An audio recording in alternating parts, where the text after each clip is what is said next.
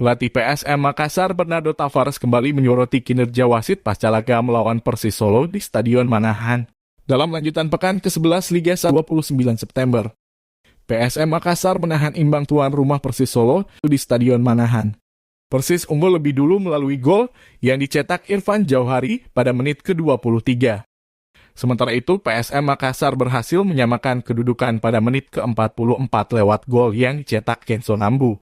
Hasil ini membuat PSM Makassar jadi satu-satunya tim yang belum juga terkalahkan di Liga 1 hingga pekan ke-11.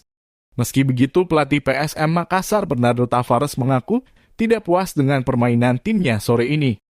Pasalnya, Bernardo menilai Juku Eja mendapatkan banyak peluang namun hanya 1 gol yang berhasil disarankan. Tentu saja saya tidak senang dengan hasil yang didapat, karena lebih banyak mendapatkan peluang mengarah ke gawang, kata Bernardo Tavares dalam konferensi pers pasca laga dikutip dari bolasport.com. Di luar kegagalan timnya yang menangi laga, Bernardo Tavares kembali menyoroti kinerja wasit dalam laga ini.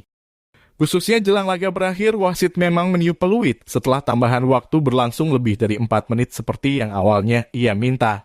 Sebenarnya saya mau hindari bicara soal wasit dan saya sering hindari itu, ujar Bernardo. Tapi hari ini wasit memberikan 4 menit extra time dan bertepatan dengan itu wasit memberikan banyak free kick, corner, dan lain-lain untuk Persis dan itu sudah lewat batas waktu injury time. Dan wasit seharusnya meniup peluit, tambahnya pelatih asal Portugal itu kembali menyentil kerja perangkat pertandingan di Indonesia. Menurutnya, dengan masifnya fans sepak bola Indonesia, seharusnya mengimplementasi VAR dan juga menggunakan wasit yang berkualitas. Kalau tim saya kalah dari Persis dengan fair dan karena kualitas, saya akan jadi orang pertama yang menyelami tim mereka, kata Bernardo. Dengan hasil ini PSM masih berada di peringkat kedua klasemen sementara dengan 22 poin. Sedangkan Persis Solo tertahan di peringkat ke-12 dengan 11 poin. Skuad Kuku Eja julukan PSM Makassar langsung terbang ke Kalimantan menyambangi markas Barito Putra.